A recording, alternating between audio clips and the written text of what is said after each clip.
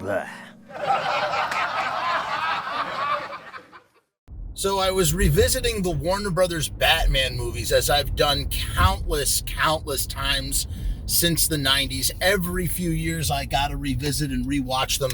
And like many revisits, it's like your relationship with a movie changes over time. You see a movie enough times at different ages, and your perception of things alters and shifts, and you view movies in a new light. And I was watching the Batman movies, and here's the thing about all of this stuff, all of this comic book universe stuff. Everything has its own universe. There's the Snyderverse. There's the Marvel Cinematic Universe. Like, everything has a name and a label. And the Warner Brothers movies are just the Warner Brothers movies. They're sort of divided because you have Tim Burton's 2 Batman movies, and then you have Joel Schumacher's 2 Batman movies. And throughout them, you don't have the same Batman. You have Michael Keaton, and then Val Kilmer, and then George Clooney. And, you know, it's sort of like, so there's not the same director. There's not the same guy playing Batman. The feel of the world takes a big shift when you transfer from Tim Burton's dark, gloomy, German expressionist Gotham City to the lush, campy color of Joel Schumacher's over-the-top theatrical Gotham City, right? So it's like, what really unifies these movies besides the fact that they were all put out by Warner Brothers, and the fact that they all sort of, you know, they all are technically like, one is a sequel to another one, which is a sequel to another one, kind of. I mean, Batman and Batman Returns, you know, work as sequels of one another directly for the fact that there is the same Batman, and there is the same director, and there is the same feel.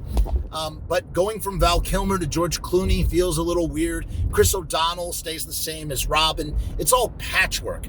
But there is 2 players that go through all 4 movies. They unite all 4 movies because they play the same characters. And that is Michael Gough as Alfred Pennyworth and Pat Hingle as Commissioner Gordon. They are in all 4 movies.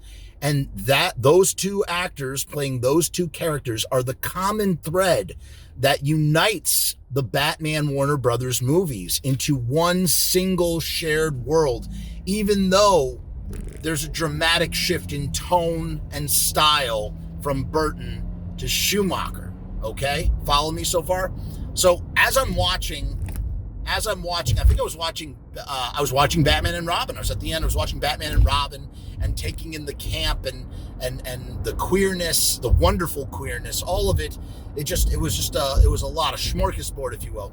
But I'm sitting there and I'm watching Alfred Pennyworth, and suddenly it dawned on me. And by the way, I just want to say, my friend Bob Rose, he called it the Goughverse, and I said it was the Hingle-Gough Verse. So we affectionately call it, it's the Hingleverse, it's the Goughverse, it's the Hingle-Gough Verse. That's a key component here. So we call it the Hingle-Gough Verse, united by Michael Gough and Pat Hingle as Alfred Pennyworth and Commissioner Gordon. They are the common thread that show us that we are in the exact same world despite the tonal shifts. Okay, now that we got that out of the way, I'm watching Batman and Robin, and I suddenly dawns on me, Alfred Pennyworth. He is the linchpin to all 4 films. I started asking myself, you know, much like they say James Bond is a code name, not a person, that you become James Bond, and that's how you explain the shift of actors. Well, what if Michael Keaton's Batman is a different person from Val Kilmer's Batman,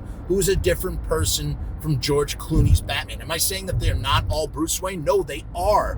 What if every time Batman Bruce Wayne dies, Alfred Pennyworth clones him or reanimates him as a new persona? And the Gotham, the wide scale of Gotham, nobody notices this. Nobody is aware, because, you know, Bruce Wayne is just this elusive, playboy billionaire type figure.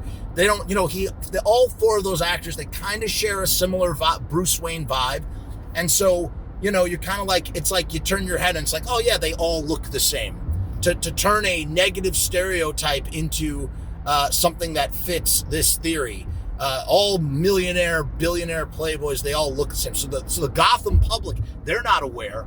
The only people that know are Michael Gough as Alfred Pennyworth and Pat Hingle. Pat Hingle, Commissioner Gordon, knows what Alfred Pennyworth is doing. Every time Batman, there's a variety of ways. It's a dangerous work to be Batman.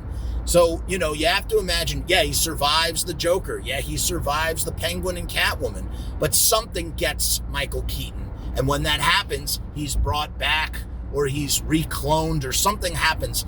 It's Alfred's doing. It's Alfred's alchemy.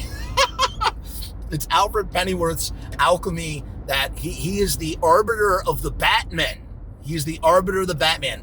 As long as Alfred is alive, there will always be a Batman in Gotham. And Commissioner Gordon relies on Alfred to do this dark work, whatever it may be, in order to bring him back. And so, whatever, we don't know what the process is. And hey, in Frankenstein, we don't know exactly what the dark science is, the dark experiment that brings Frankenstein to life. It's not really explicitly said in the original novel. It's the same thing here. I can't tell you how he does it. I just know he brings back a new Batman. So basically what I'm trying to say is all 4 movies are in canon continuity with each other. And it is Alfred Pennyworth who is pulling the strings and keeping he is the great support. We always knew he was the great support behind Batman, but he is truly, the Hingle-Gough Verse is predicated on Alfred Pennyworth keeping things going. And of course, Commissioner Gordon, Pat Hingle is Commissioner Gordon. He's not your Gary Oldman Commissioner Gordon, who's like boots on ground, almost a hero in his own right, in terms of what he does as a force of good against the forces of evil. This, Pat Hingle, he's older. He's kind of aloof. He's more aligned with the Commissioner Gordon from the Batman 66 comics or TV show, I mean. And so, wow, there's no parking spaces here. What am I going to do?